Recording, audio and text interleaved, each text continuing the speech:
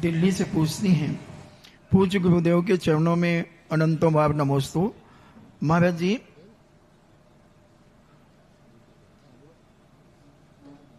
कहते हैं हर वस्तु में सकारात्मक और नकारात्मक पक्ष होता है। तो धार्मिक दृष्टियों में नकारात्मक पक्ष क्या हो सकता है? धार्मिक कार्यों में नकारात्मक पक्ष क्या हो सकता है? नकारात्मक पक्ष दुनिया में नकारात्मक सोचते हैं।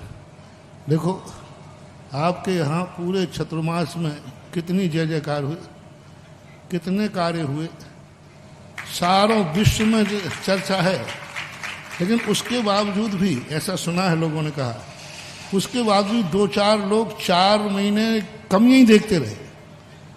4 महीने जहां इतना रूप बन रहा हो, ऐसे ऐसे कार्यक्रम हो रहा हो, ऐसे ऐसे मंदिरों का विकास हो रहा हो, फिर उसके बावजूद भी 4 महीने शुरू से देख रहा हूं, 4-5 लोग हैं, ज्यादा नहीं होते वो 3-4 लोग, वो उनका काम ही ये होता है कि वो गोंच के समान होते हैं।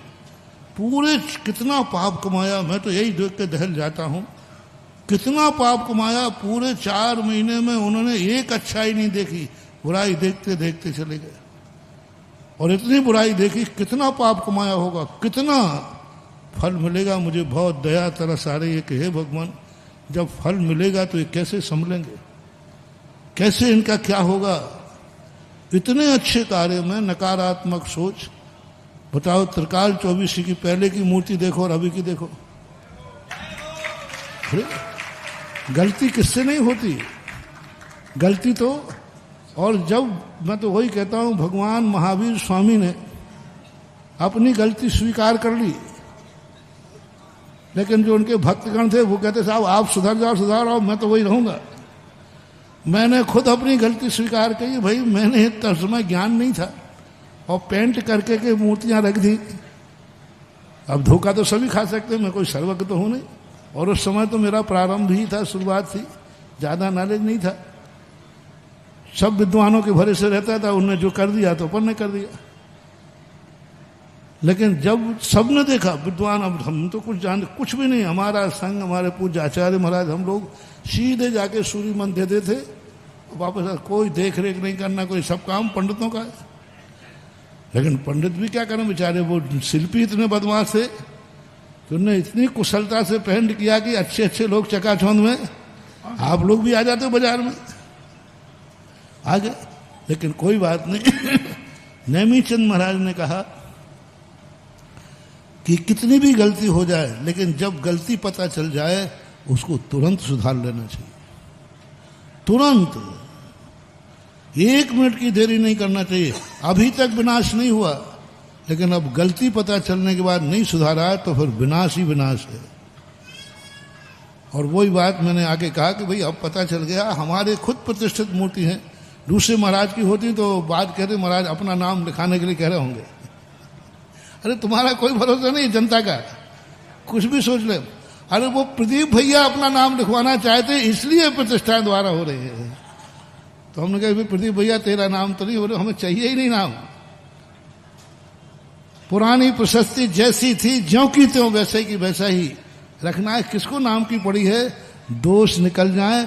और प्रतिष्ठा का प्रशस्ति से कोई लेना देना नहीं होता। पहले तो प्रशस्ति होती ही नहीं थी, पहले प्रशस्तियां, अति प्राचीन मूर्तियों में कहीं प्रशस्ति नहीं होती थी। तो ऐसी स्थिति में कुछ था ही नहीं वहां। वो जो कहते हो, अब देखो कितनी बड़ी बात है, आज वो मूर्ति देख करके गदगद रखा है। अब किस मुंह से जाएंगे वो, कभी मंदिर में जाएंगे, क्या मुंह दिखाएंगे कि इन्होंने भगवान का विरोध किया था। और आज सारी मूर्ति देखो। लेकिन मैंने कहा ना, कितना परेशान, इधर पंचकलंक चल रहा है और अध्यक्ष महोदय पेशी पे जा रहे, बताओ। इसमें नाक में दम कर दिया, 16 तारीख को पेशी रखवा दी। उधर 16 तारीख को 16 को था ना पंचकलंक था, और जिस दिन ध्वजारोहण उस दिन भी 9 तारीख। कितना, मैंने कहा बताओ बेचारा अध्यक्ष क्या करे, इधर पंचकलंक का ध्वजारोहण, उधर पेशी हो रही, उधर हो रहा। लेकिन वकील यदि कुशल है और मजिस्ट्रेट यदि बुद्धिमान है तो सत्य को कितनी सत्य परेशान हो सकता है, पराजित नहीं हो सकता। और आज सत्य की कुछ चैनल इसके पीछे पड़ गए। एक चैनल तो इतना ब्लैक मेलर है कि पैसों में बिक जाता है, जो चाहे विरोध निकलवा लो। और खास तौर से क्योंकि उसको सबसे ज्यादा महंगा ब्लैक मेलर सुधा सागर का विरोध ज्यादा पैसा मिलते है। होता ना तुम्हारे यहाँ क्रिकेट मैच में 1 के 10, 1 के 100, और किसी महाराज का विरोध करे तो इतना पैसा नहीं मिलेगा, लेकिन सुधा सागर का विरोध करे तो कोई कुछ भी देने को तैयार होते। तो वो चैनल यही काम करता रहता है हमेशा थोड़ा। अब ना तो वो कमेटी से पूछता है, भारत चैनल का काम होना चाहिए जो वहाँ की रजिस्टर्ड कमेटियां होती हैं, उन कमेटियों से जब तक कंफर्मेशन ना हो, पक्का नहीं हो, तब तक कोई न्यूज निकालने का अधिकार, वो तो सीधी सादी कमेटियां हैं, नहीं तो उनको कोर्ट में रख दें और चैनल बंद करा दें। यदि इस मामले में कमेटी कोर्ट में चली जाए तो चैनल बंद होगा, क्योंकि आपने कमेटी से तो पूछा ही नहीं है। लेकिन कोई बात नहीं, सत्य की सदा विजय होती है। नकारात्मक कितना भी सोच ले, आज जहां भगवान को विराजमान करने का समय आया, आज पेशी रख दी, लेकिन आज वकील साहब आए हैं, बोले महाराज सत्य की विजय हुई और केस को खारिज कर दिया कोर्ट ने। अब ये बात वो चैनल वाला नहीं निकालेगा, क्योंकि इसके पैसा कोई देगा नहीं। हमारे भक्त तो पैसा देने वाले हैं नहीं, क्योंकि इनका पैसा बेफालतू थोड़ी है कि इन कार्यों में देते रहे। फालतू का पैसा हो तो हो जाए। अब ये बात नहीं निकालेगा कि देखो सत्य की विजय हुई, खारिज हो गया।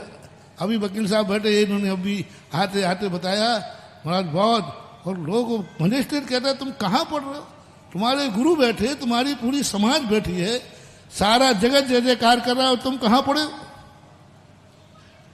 और यही बात सन 1992 में जब गांव के मंदिर का था, तो मजिस्ट्रेट ने मेरे सामने ही अदालत लगाई थी। और उस समय भी एक ऐसे ही केस था, उन्होंने कहा कि कहाँ तुम्हारे महाराज बैठे हैं, तुम लोग उसमें कर रहे हो, और तुम हमसे पूछना है, हम क्या जानते हैं इसमें और क्या करेंगे। कितना भी नकारात्मक सोचे, नकारात्मक वाला कभी विजय प्राप्त नहीं कर सकता, नहीं कर सकता। इनको तो कुछ भी करो, इनको तो करनी है। अब जैसे मान लो नई प्रशस्ति नहीं लिखी, पुरानी क्यों लिखी साहब, नई क्यों नहीं लिखी, और नई लिखते तो कहना नई पुरानी लिख दी, तो देखो साहब ऐसा होता है क्या, प्रतिष्ठा आज हो रही, वो पुरानी प्रशस्ति लिखी जा रही साहब, और यदि नई लिख देते तो देखो साहब पुरानी मिटा दी। वो ये दुनिया देवताओं का गधा है कि तुम कुछ भी करो, जिनको विरोध करना है तो वो गधा का आता है ना, देवता गधा। एक देवी देवता ने कहा कि भाई हमें संसार घुमाओ, देवी ने कहा। बोले भाई देवी क्यों संसार घूमती, संसार विचित्र। बोले नहीं दिखाओ, तो आप हमेशा संसार की बुराई करते हो, संसार बहुत अच्छा है, और खास तौर से अशोकनगर बहुत अच्छा है, आप बुराई करते हो, संसार बेकार है, ये है वो है। नहीं, संसार बुरा नहीं हो सकता, संसार में अच्छे लोग भी हैं। नहीं मानी देवना के चलो, एक गधा ले लिया, और गधा आगे आगे चल रहा है, दोनों देवी देवता पीछे चल रहा है रूप बदल करके। एक गांव में पहुंचे, बोले भाई क्या बात है। बोले देखो ये दो मूर्ख जा रहे हैं, गधा खाली चल रहा है, पैदल चल रहे हैं, काय को कह रहा था, गधा खरीदा था। तो देवी ने कहा देखो क्या कह रहे हैं। बोले सही तो कह रहे हैं, गधा काय के लिए है। बोले ऐसा कर तू बैठ जा, मैं पैदल चलता हूँ। थोड़ा आगे गए, कहाँ से ले लूँ, उधर मोहल्ले से, कोई मोहल्ले का नाम नहीं है, पहली कॉलोनी, कोई कॉलोनी बन नहीं, चलो गंज से ले लो, चलो कोई बात नहीं, गंज से ले लो। थोड़ा सा आगे पहुंचे, गांधी चौक पर पहुंचे, तो बोले देखो भैया कलयुग आ गया, देखो इस नारी को शर्म नहीं आती, पति परमेश्वर नीचे चल रहा है और ये स्वयं ऊपर बैठी है। तो उन्होंने कहा देखो ये क्या कह रहे हैं देवी। बोले सही तो कह रहे हैं, भारत देश है, हमारे भारत देश में बहुत मर्यादा होती है। तो ऐसा कर अब तू नीचे बैठ, मैं ऊपर बैठता हूँ। वो ऊपर जब तक कहाँ पहुंच गए, पुराने बाजार में पहुंचे। वहां पहुंचते ही देखो इस मुसन्न को शर्म नहीं आती, पत्नी बेचारी नीचे चल रही। अरे दुनिया ही में कोई पत्नी खड़ी हो, कोई स्त्री खड़ी हो तो पुरुष उसको सीट दे देता है, और देखो पत्नी को नीचे चला और स्वयं ऊंचे बैठा। तो देव कहता है, देवी देव क्या बोले बात तो सही है, तो सही। बोले अब क्या करें? बोले अपन दोनों ही बैठ जाते। जब तक पहुंच गए कहाँ, बस वहां पहुंचते ही बोले ओहो हे दुष्ट लोगो, एक एक गधा पे दो दो बैठे हो।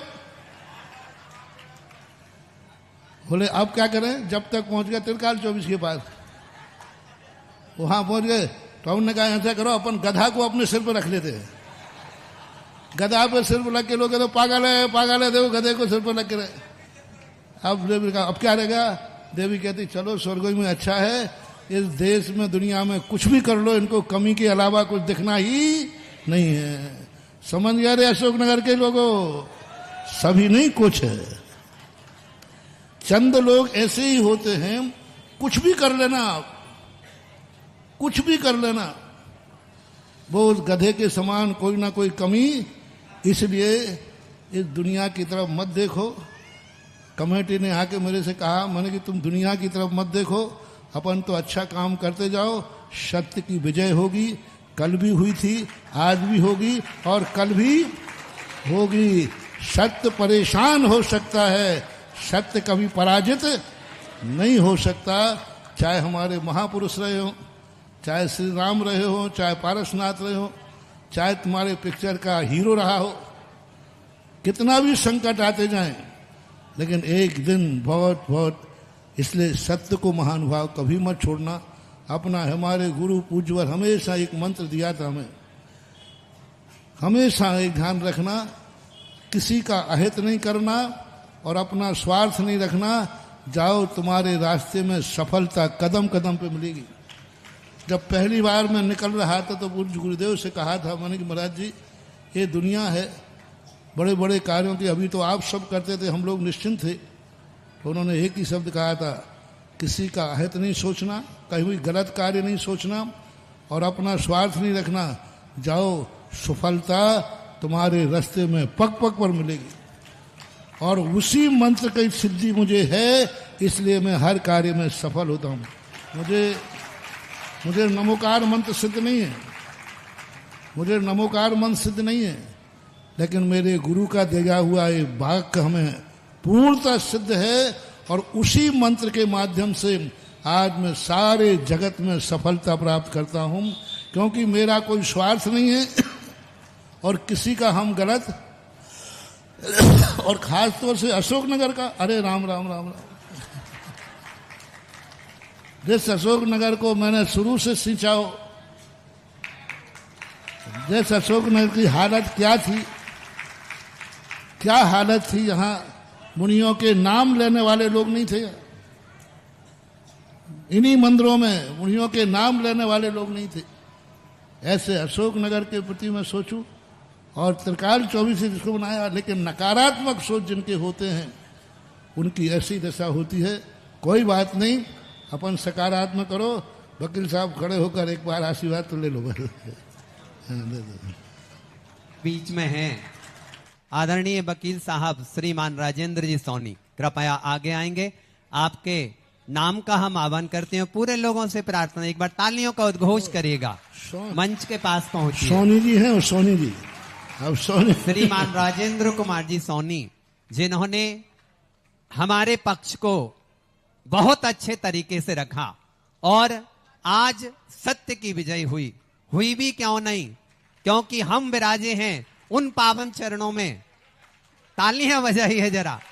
जो श्रेष्ठतम वास्तुविज्ञ है, अलौकिक साधु है, प्रकांड विद्वान है, अद्भुत कर्म योगी है और दया का शिरोमणि है, हमें वहां बैठने का सौभाग्य मिला है। जरा हाथों को जोड़िए, नमोस्तु करिए उन पावन चरणों में। नमोस्तु गुरुदेव, इच्छामी महाराज जी। और जहां जहां जो जो लोग देख रहे हैं अपने टीवी सेटों पर और मोबाइल पर, वो सब भी अपने मस्तक को झुकाएं और गुरुदेव के चरणों में नमोस्तु निवेदित करें, इच्छामी निवेदित करें। और हम बड़े, जब प्रारंभ हो ही गई है ये बात, तो हम सम्मान कर रहे हैं आदरणीय राजेंद्र जी सोनी साहब का। एक बार पुनः तालियां बजाइए। हमारे अध्यक्ष जी, महामंत्री जी, कोषाध्यक्ष जी, तीनों उपाध्यक्ष महोदय आगे आ जाएंगे। राजेंद्र रमन मेडिकल, प्रदीप जी तारई और अजीत जी बरोदिया आगे आएंगे। और जितने पंचायत सदस्य सभी उठकर आएंगे। निर्मल भाई नाम नहीं बोलाएंगे तो भी आना चाहिए, अपने आप उठकर जाइए।